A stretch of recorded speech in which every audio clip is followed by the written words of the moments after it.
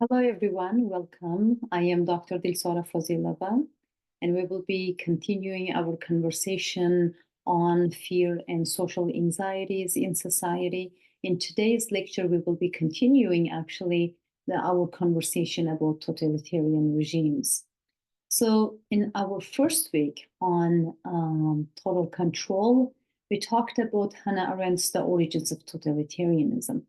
Hannah Arendt in this book provides good explanation of totalitarian regimes. She talks about the different elements of totalitarian regimes. She argues that totalitarian regimes are a novel form of government that never existed before. And the elements of totalitarian regimes always exists in different various kinds of political systems. However, to be a totalitarian control, it must have these elements she talks about, and that is only seen in Nazi Germany and Stalinist Russia in 1920s and until 1953. So the Hannah Arendt's The Origins of Totalitarianism provides a good understanding of totalitarian regimes. She talks about anti-Semitism, which is the base ideology for terrorism, and then she talks about imperialism that kind of set a ground for totalitarian regime, and then she talks about totalitarianism. So this week, we are talking about the victims, what experienced in society, how what people experienced in the totalitarian regimes. In this week's lectures are about Stalinism, what kind of terror people experienced in society. We talked about the Stalin being Iron Man or Steel Man, that he was tough, but he himself had so much fear from other countries, from the opposition. Therefore, that he installed this totalitarian regime to take control over society. And we talked about that. There was all kinds of fear in society, and we compared with Nazi Germany, that there was propaganda in both governments. There was ideology in both governments. Also, there was terror. Casual use of violence was used to create terror in society. So these elements existed in both societies. In this lecture today, I am going to talk about ideology and terror. However, I will be focusing on what people experienced in Holocaust, that fear and terror experienced with people, the victims of Holocaust today. We have another week. We will be talking about people in between, not the victims, not the authorities who create a totalitarian control, but people in between them who served the government, but they did not have anything against these Jewish people or people in the Soviet Union who got killed by the Stalinist regime. They had to deliver the service to the government because that was their job. And next week's topic would be another Hannah Arendt's another writing called Banality of Evil. So let's focus on today's topic today, and I will be sharing my PowerPoint with you, and we will go through the arguments by Hannah Arendt. There you go. So it is, I called it the Reading Hannah Arendt, Ideology and Terror, Analyzing the Holocaust through Arendt's Framework. So first of all, if anyone did not watch last week's videos or wasn't in class, I want to give a couple words about Hannah Arendt. Hannah Arendt is a German-American scholar. She, although she is a philosopher, sociologist, political theorist, she liked to be called political theorist. She was born in 1906 in Germany. She studied in Germany, and then she was moved. At certain point, she wasn't. She was stateless.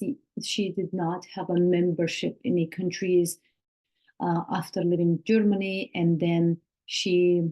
I don't remember the year, but she came to United States of America, and then she lived the rest of her life in the United States of America.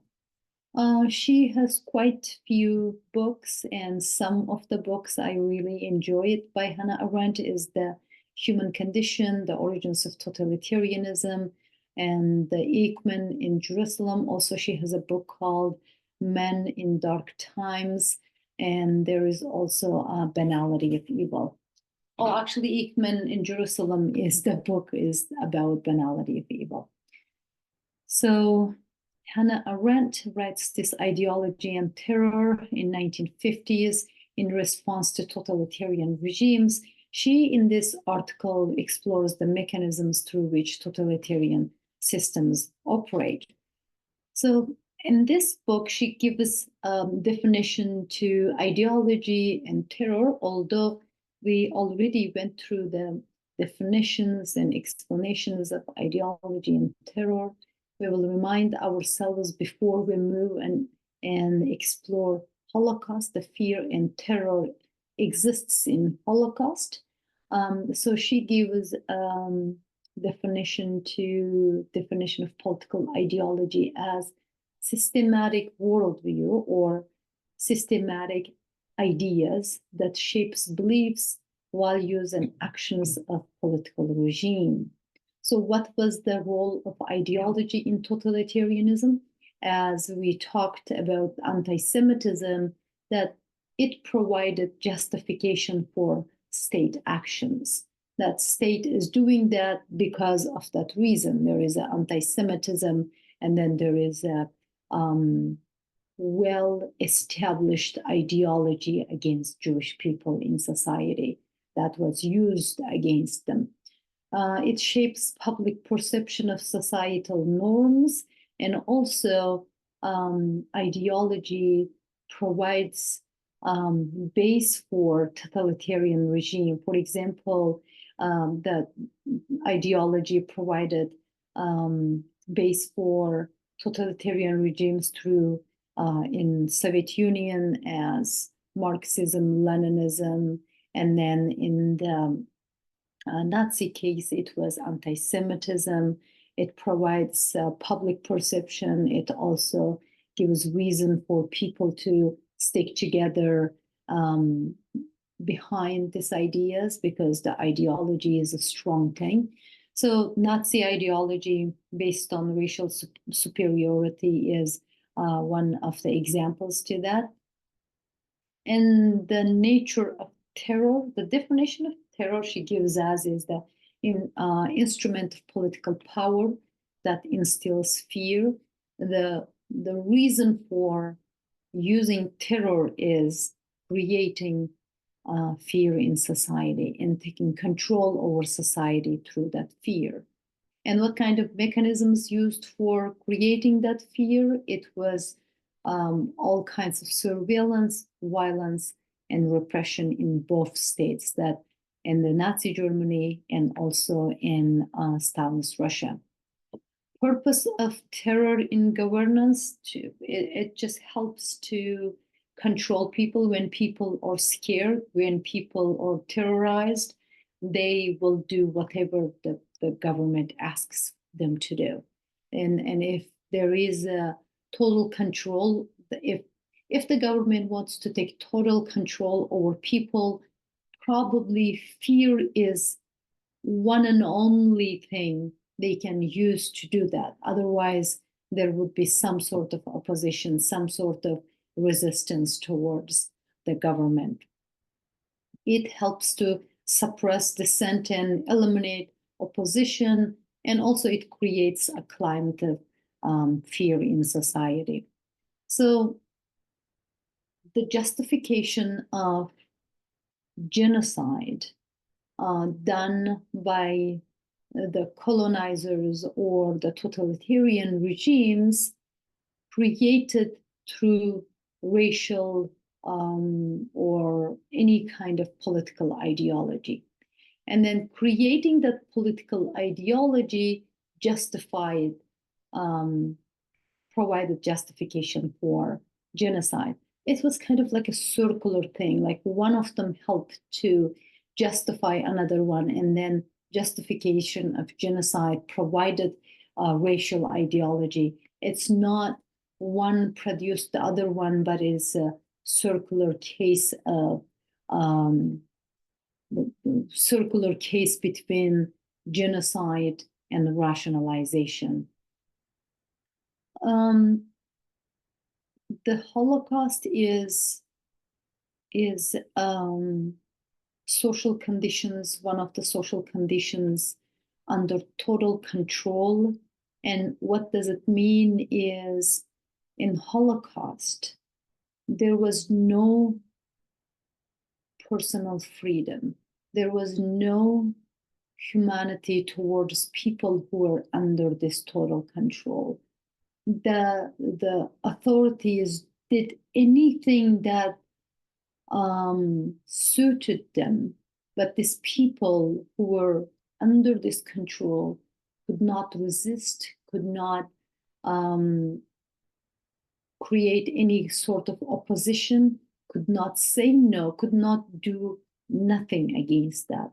Fear played a central and terrifying role in the concentration camps during Holocaust. It was systematically used by the Nazi regime as a tool of control, repression, and dehumanization. So because of that fear, people could not stand up and at least say something against these authorities. They just followed, they did everything that was asked from them.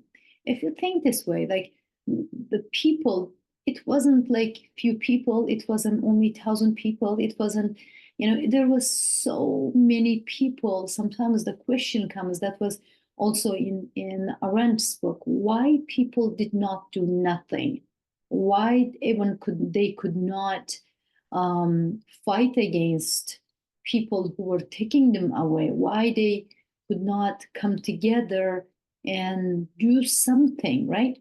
They could not do that. Why? Because step-by-step process created by the government created fear in society first, and that fear did not allow them to fight back. They were just helpless.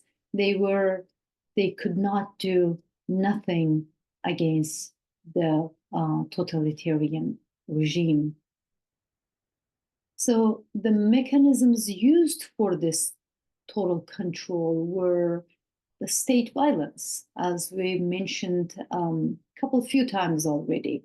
State violence functions as sites of terror and extermination, and also mobile killing units responsible for mass shootings. People were just taken and killed, and which creates such a moment that anyone out there who wanted to say something, who wanted to do something, or whoever wanted to think something about resisting this totalitarian control would be scared of doing a thing.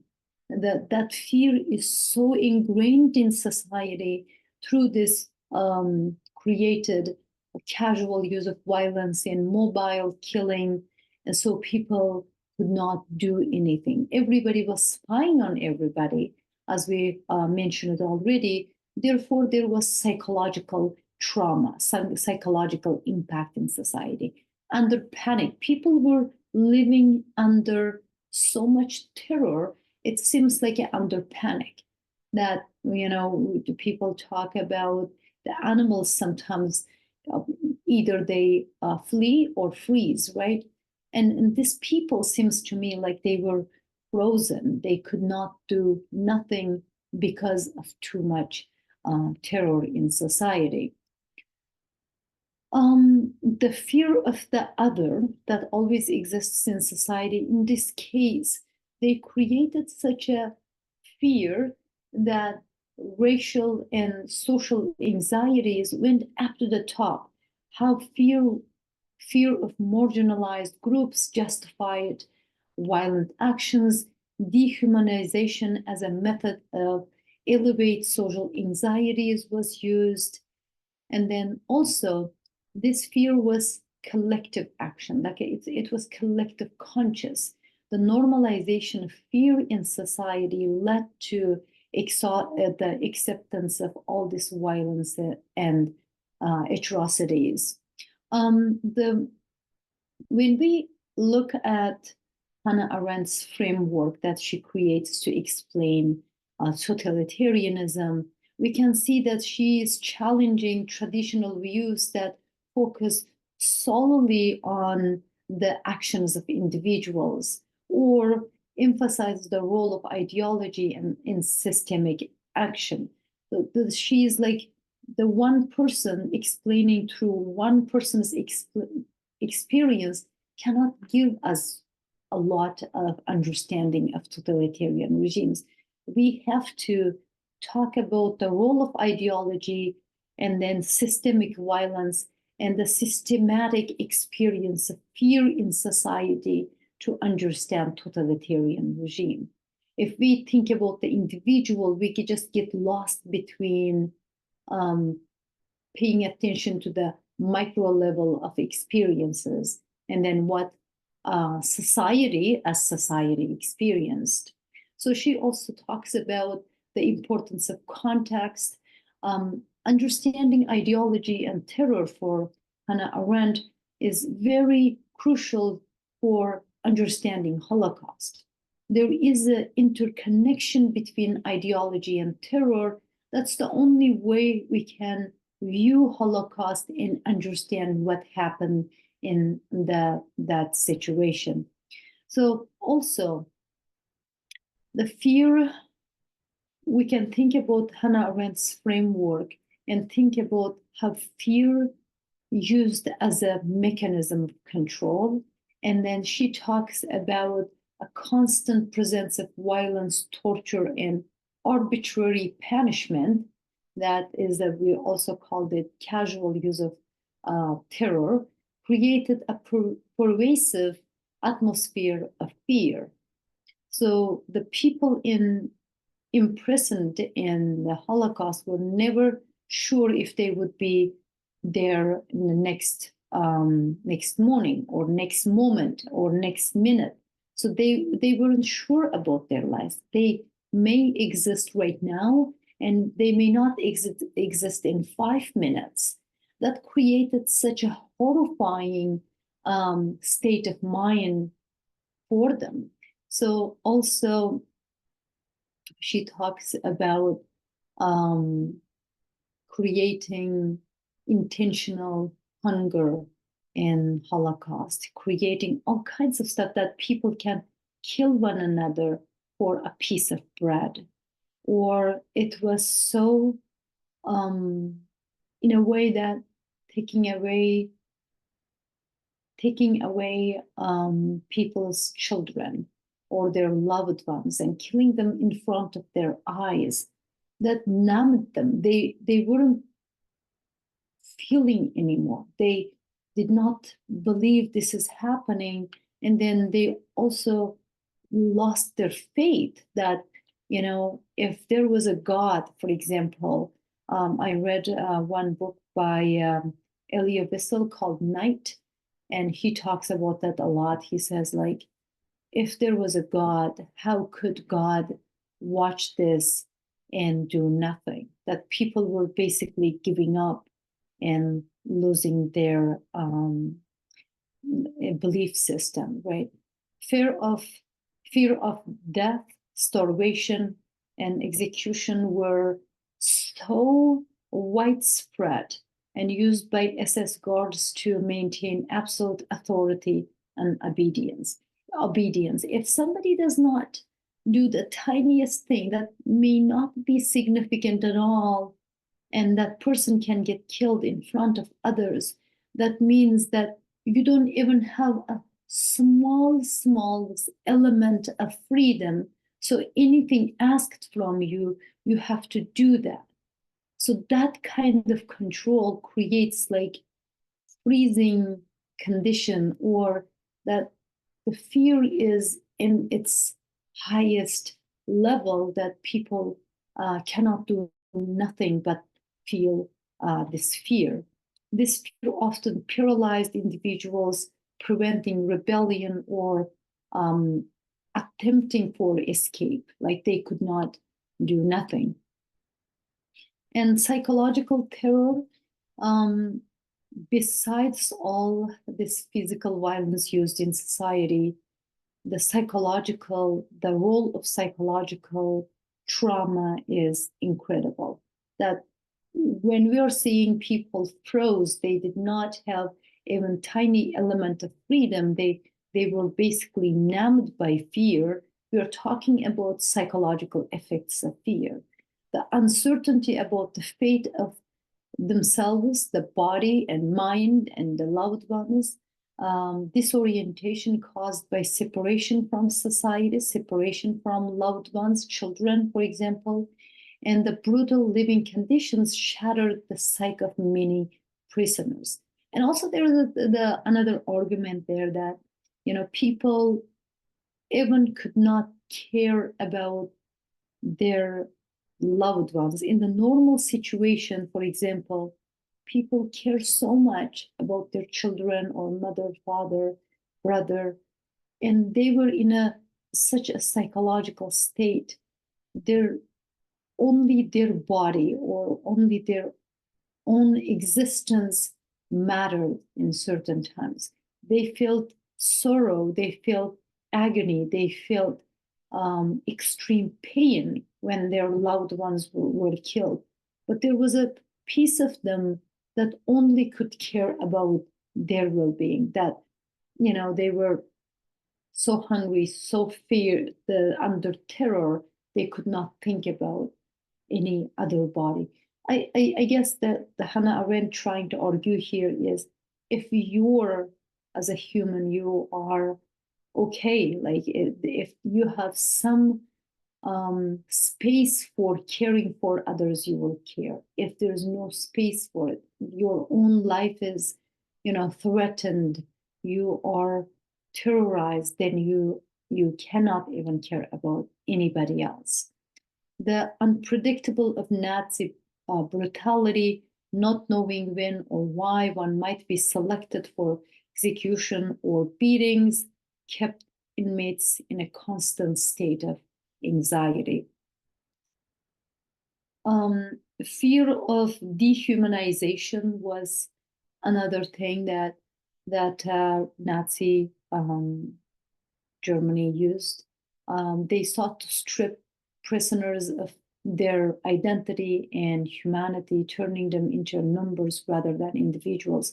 There's one scene talks about bringing people and taking all their clothes, and then at that moment when they are standing in front of many people without any clothes, that's when they start to lose their human part of them. That the few hours of this, whatever they are feeling, numbs them, and then they are never the same person again. That psychological effect of that, keeping them without any clothes in front of other people, that has a huge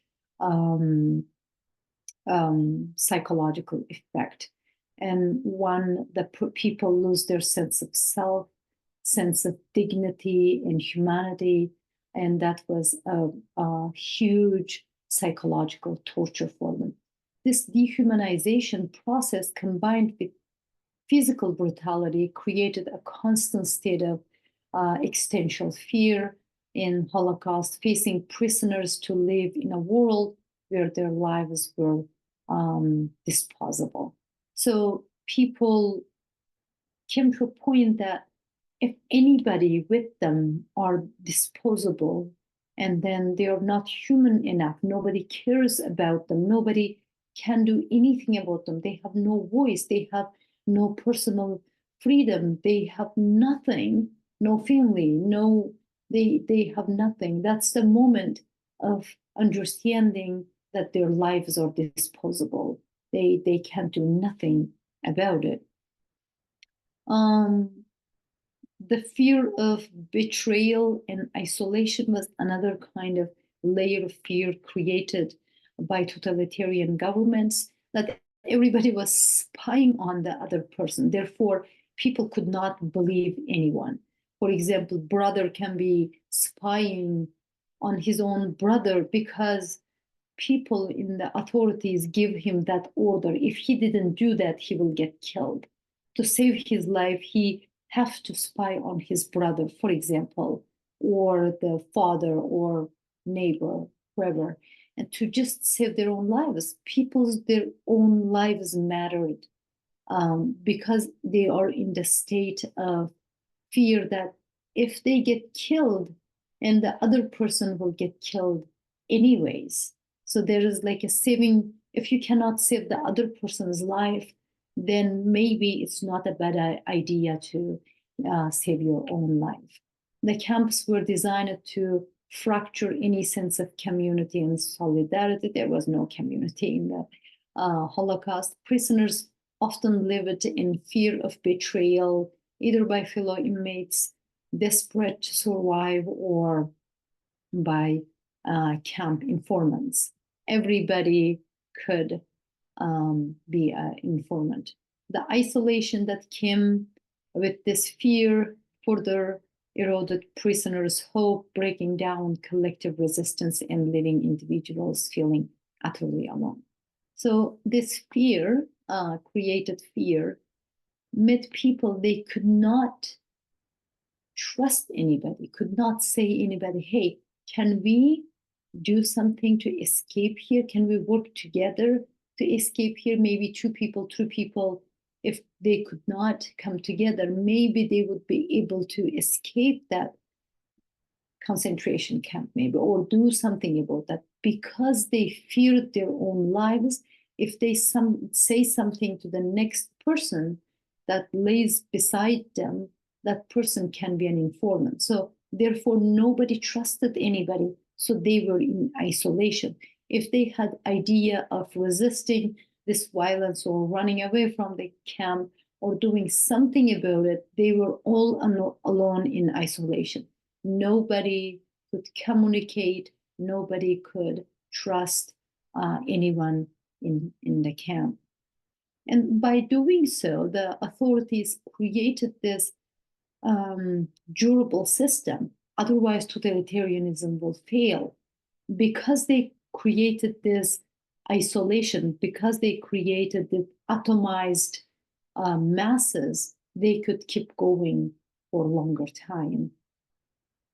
So at the end of this lecture, I would like to say that what do we learn from this? So we learn from this, the fear is one of the emotions that is the strongest, that can allow the governments to take control over people. Fear can be used towards manipulating people, manipulating ideas, manipulating information, manipulating every aspect of human life. So fear is a very important aspect of society, therefore. And when we talk about, conflict being a part of like a fabric in society, and when you have that conflict lens, you can understand society from the conflict perspective. There's conflict everywhere.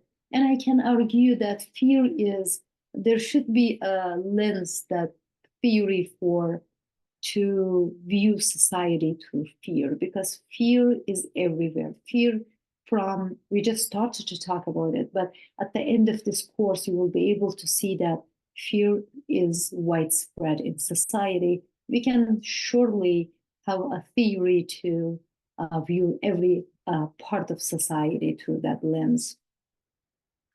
The dangers of unchecked ideological extremism can lead to horrifying situations, And this can be also relevant to our contemporary issues of hate and violence. And what we can do about that is, of course, we will be talking the role of education and awareness a lot, but I would like to finish this lecture by saying, anytime when we talk about fear, perhaps the educating people and increasing awareness is one of the tools we can use to take care of the situation, or making sure that atrocities like Holocaust will never happen again. All right, I will stop my lecture here, and then I will continue our conversation in our next class. And thank you for listening. I'll see you next time.